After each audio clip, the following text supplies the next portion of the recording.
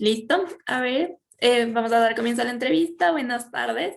El día de hoy nosotros vamos a hacer una entrevista sobre el tema de la influencia de la música en las personas. Como invitada especial tenemos a una profesional en este ámbito, a Lourdes Vanessa Santín González, una profesional en el ámbito de la salud mental con magíster en neuropsicología infantil, con experiencia en docencia superior en las temáticas de psicoterapia, terapias alternativas y salud mental. Además, ha sido expositora en varios temas relacionados con esto. Cuéntame, Vanessa, ¿cómo así decidiste estudiar un poco sobre la neuropsicología infantil? ¿Qué te incentivó a esto? Bueno, mis primeras experiencias dentro ya del campo laboral fueron con niños con lesiones cerebrales establecidas. Entonces, desde ese momento creo que la influencia de la neuropsicología fue para mí decisiva en todo nivel, ¿no? Todo lo que hacemos, todo lo que decimos, todo lo que leemos, todos los estímulos que están en nuestro medio ambiente actúan de forma decisiva en el comportamiento del sistema nervioso central y eso hace que nos comportemos de una u otra manera. Si bien es cierto, la historia social, emocional de una persona influye sobre el comportamiento humano, esto influye también sobre la respuesta neurológica, ¿no? Veía como niños con mejor desempeño biológico, podría decirse, pero con una red de apoyo no muy buena, no se desenvolvían tan bien que un niño que a lo mejor tenía un retraso más marcado, pero con una red de apoyo favorable. Entonces, ¿cómo influye sobre el sistema nervioso todos los estímulos afectivos, sociales, sensoriales, culturales? Hacen que una persona se beneficie de un desarrollo neurológico de una forma diferente y positiva, ¿no? En la vida del ser humano. Desde allí, pues, empiezo a ver que las lesiones son menos, ¿qué sería?, agresivas en un ser humano, si es que todo lo que está en el ambiente, todo lo que le podemos dar a una persona es positivo. No, no quiero decir con esto que todo se cura, ¿no? Un trauma craneoencefálico grave. Lo que sí puedo decir es que toda conexión nerviosa es posible si tiene un ambiente estimulante positivo, ¿no? Incluso la estabilidad emocional de una persona tiene mucho que ver con lo que lee, con lo que vive, con la música que escucha, con lo que huele, con cómo es su ambiente, ¿no? Entonces, claro, desde ese punto de vista me interesa mucho la neuropsicología, tanto por lo que había recibido en la carrera como viendo lo que sucedió con mis primeros pacientes, ¿no? Te hablo 2005, hace bastantes años ya, y ahí veía cómo se comportaba el sistema nervioso incluso en niños que estaban muy mal, ¿no? Con respuestas neurológicas muy complejas o muy difíciles o situaciones lesionales eh, que alteraban el curso de su desarrollo. Y sin embargo, vi caminar muchos niños después de 4 o 5 años de estimulación, cuando nadie les daba una probabilidad, ¿no? Entonces, el ambiente, los estímulos, el progreso que puede tener basado en una terapia o en un sistema de terapias ayuda al desarrollo neurológico indudable de una persona. Entonces, de ahí es lo que te puedo contar de la historia de cómo llegué allá. Listo. También leyendo un poquito de tu currículum, me di cuenta que tú estudiaste musicoterapia y terapias no verbales. Cuéntame cómo fue esta experiencia aprendiendo esto, por qué decidiste hacerlo con la música, ¿qué tal? Bueno, el arte para mí es trascendente en mi vida. Yo o era psicóloga o era artista, una de las dos. Y en algún momento las cosas se fusionaron, ¿no? Y justo ingresé a un curso pequeño, me acuerdo, hace algunos años ya, y, y ahí descubrí lo que era la terapia no verbal basada en la música, según Benenson, que es un psiquiatra argentino de mucho renombre, mucho recorrido, y él diseñó un sistema de terapias para personas que no tienen posibilidades de reacción ante el mundo, demencias graves, retrasos mentales profundos, autismo, eh, estados de conciencia mínimos, o sea, daños cerebrales graves.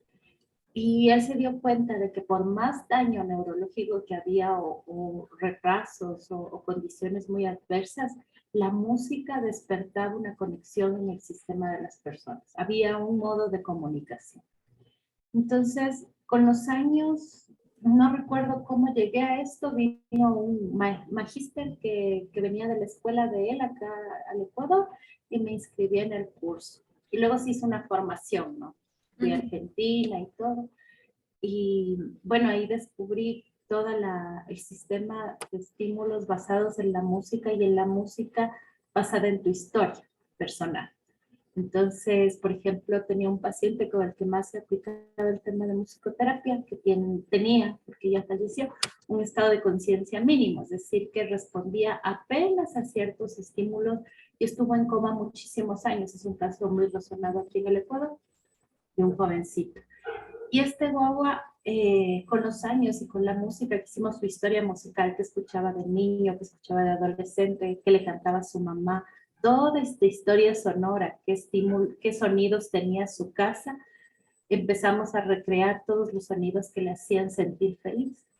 Y en realidad su despertar neurológico fue súper interesante porque cuando poníamos música de Víctor Jara, por ejemplo, él era protestante, le gustaba la música protesta. Y escuchaba a Víctor Jara. Él no tenía estado de conciencia, él no se conectaba con el medio, ni siquiera hablaba, tenía gastrostoma, no se movía nada, pero lloraba cuando escuchaba la música de Víctor Jara. O cuando escuchaba las canciones cuando era niño, las canciones que le cantaba su mamá, se producía una piloerección, es decir, que se le paraban los pelitos. Entonces había una respuesta física ante ciertos estímulos.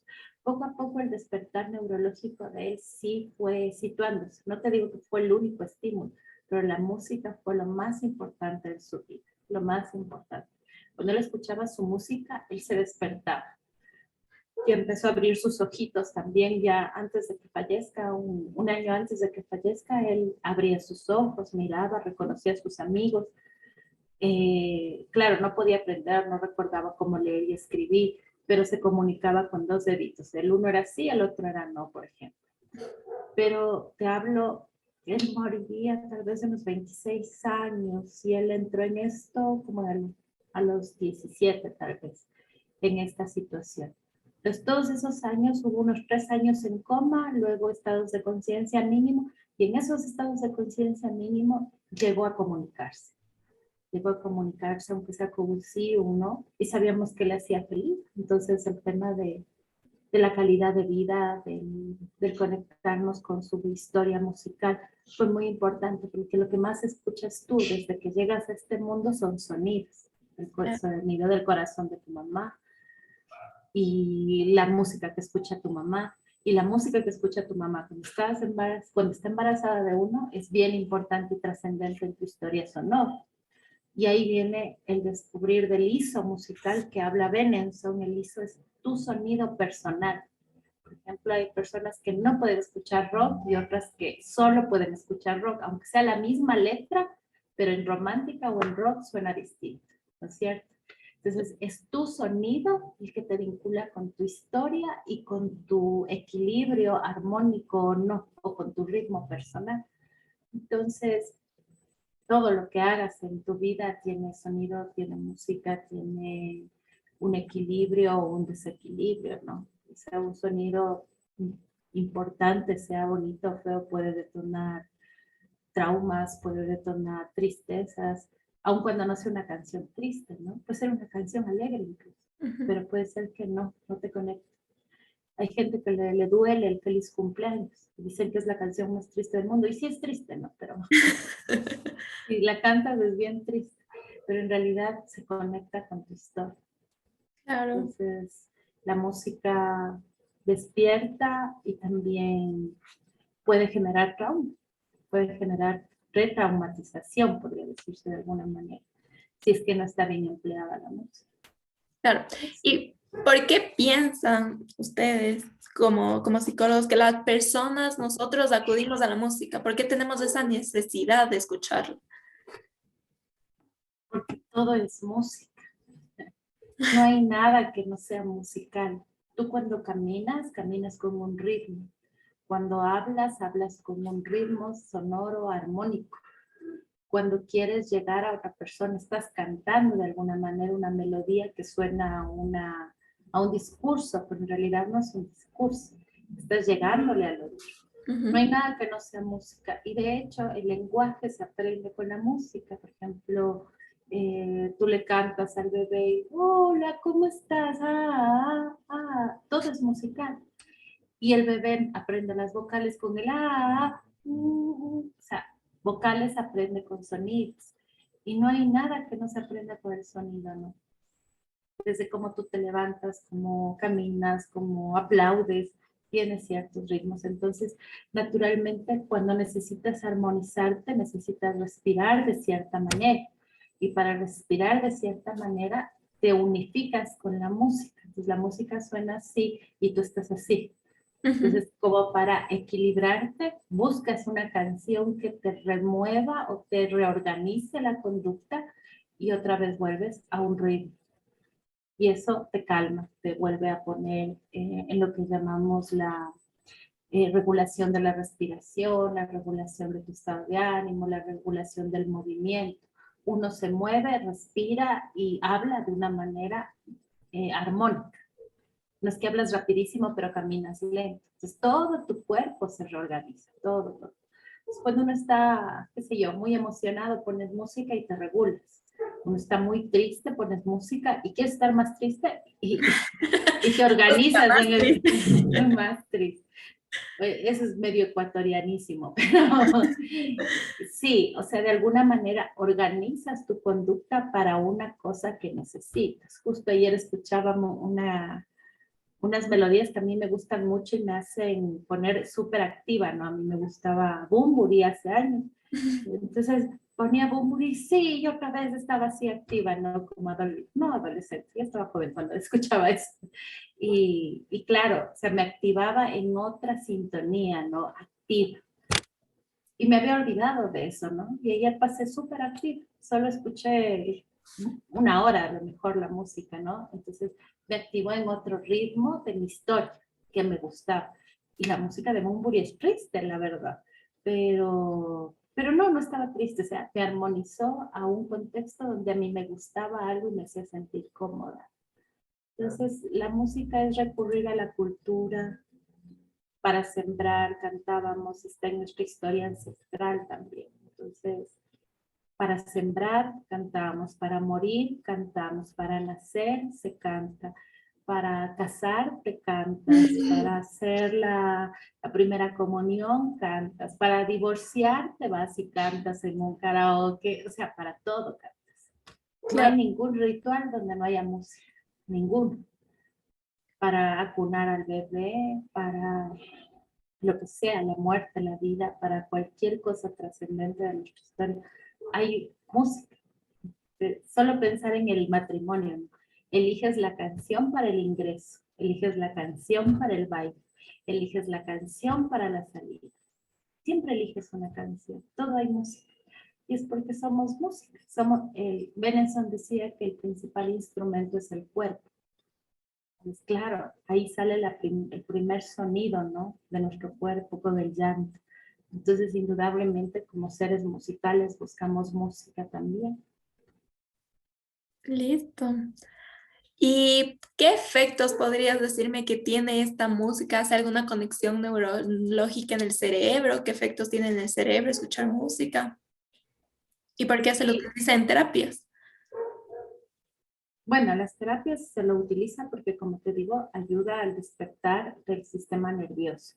El sistema nervioso es un cúmulo de conexiones nerviosas que pueden estar, por una parte, un poco, podríamos decir, dormidas, ¿no? Para entender, que están más apagadas y otras más activas. Cuando yo necesito despertar nuevas conexiones nerviosas, necesito captar desde la atención, y la atención está en corteza cerebral, o sea, la atención es consciente. Si yo quiero que alguien me ponga atención, por ejemplo, yo trabajo mucho con niños y sobre todo con niños con autismo. Entonces, si yo quiero que me ponga atención, necesito hacer sonidos, no canciones.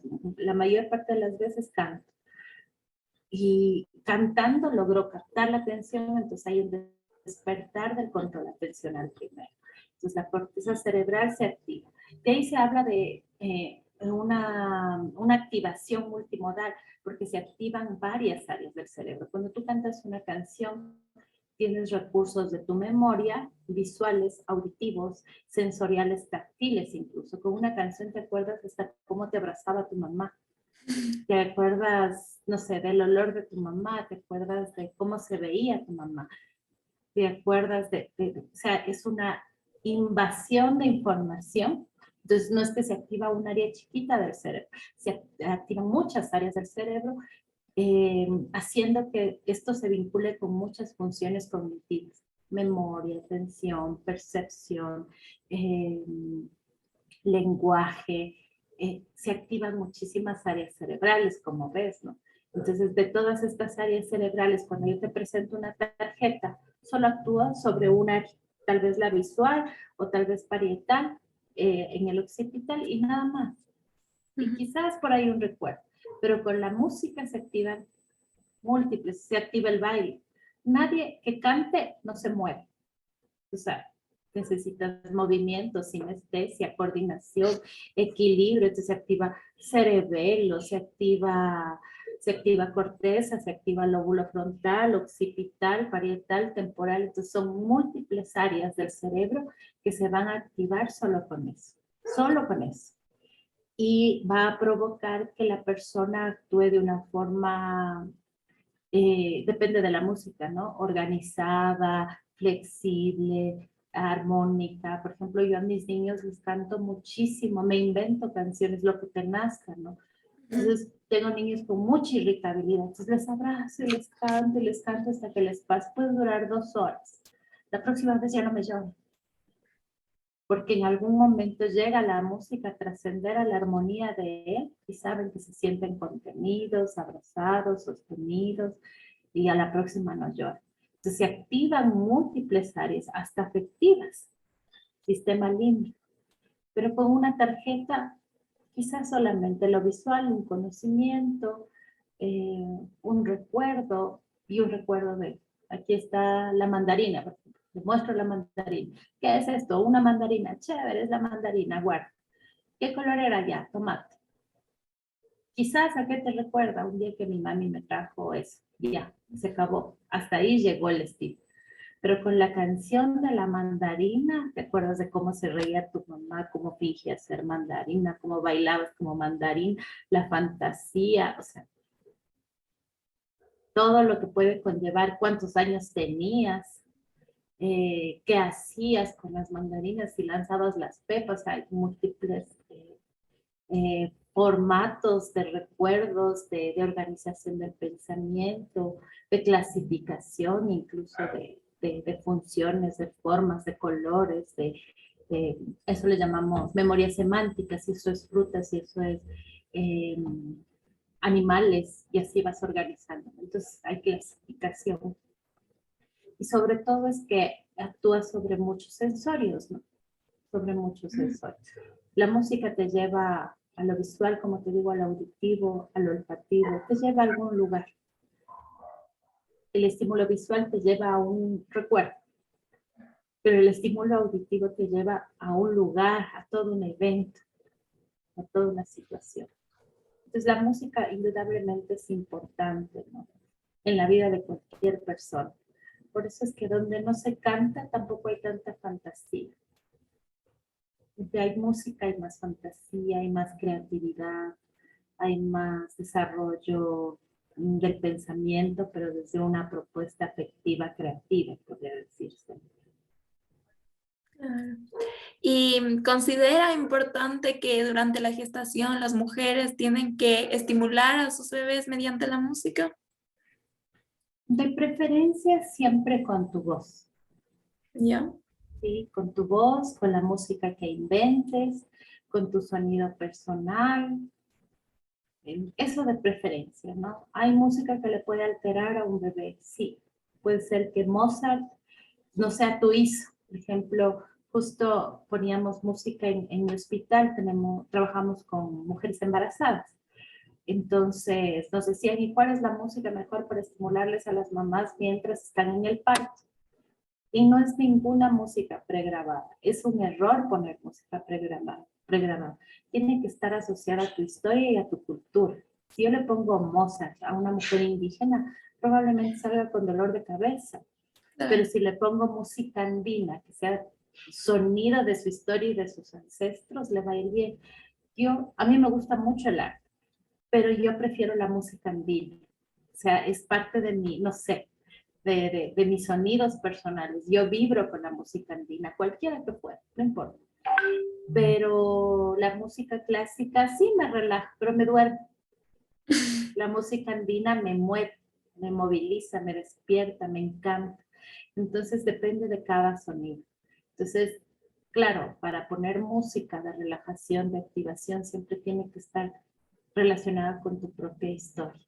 ¿Sí? Por eso es que a las mujeres en los hospitales, cuando están por dar a luz, se les permite poner cualquier música. Hay mujeres que se relajan muy bien con el reggaetón. Yo me estresaría. Y tú les ves bailando reggaetón y dale en plena labor de parto. Sí, en plena labor de parto, y yo así, no, pero les sirve a ella, porque es su sonido, es de su historia, es de su vínculo, es de lo que sea. Y hay mujeres indígenas, claro, que están cantando sus propias canciones. Yo me relajaría con algo medio bonito, pero suave, andino, pero suave. No sé, y otras mujeres se relajarían con música en inglés, otras más movidas, otras con música tropical. Es tu sonido. Entonces, igual pasa con los bebés. El sonido que te haga bien a ti, tú le transmites esos mismos neurotransmisores a tu bebé de estabilidad, de serotonina, de felicidad. Si a ti te causa estrés, aunque diga Baby Mozart, la música, puede ser que le estás mandando full adrenalina, full ansiedad y tu bebé está irritado porque a ti te irrita. Es que tiene que ser música que a ti te haga bien para que a tu bebé le haga bien. Si no, le vas a estresar. Hay bebés que nacen ya de por sí estresados por múltiples estímulos sensoriales. Ahora, sí hay que tener cuidado con la estimulación. Esta es la cajita del bebé, ¿no? La panza. Y ahí hay agua. Y se ponía de moda un tiempo ponerle los audífonos en la panza. Claro. Lo que haces es revibrar la pancita y le estresa. Imagínate si al agua cerca a un parlante tiembla, así, se mueve. El bebé pasa en un temblor vibracional feo. Entonces no es lo mismo que cantar cerca de la barriguita o poner música ambiental que el bebé también escuche. En el agua se amplifica la vibración y la vibración puede generar estrés en el bebé. Entonces, la música y la vibración son importantes. Claro. Para culminar, usted... ¿Te me fuiste? ¿Estás ¿Me ahí? escucha? Ahí estoy, ¿no? Hola, hola. ¿Me escuchan? ¿Aló? ¿Aló?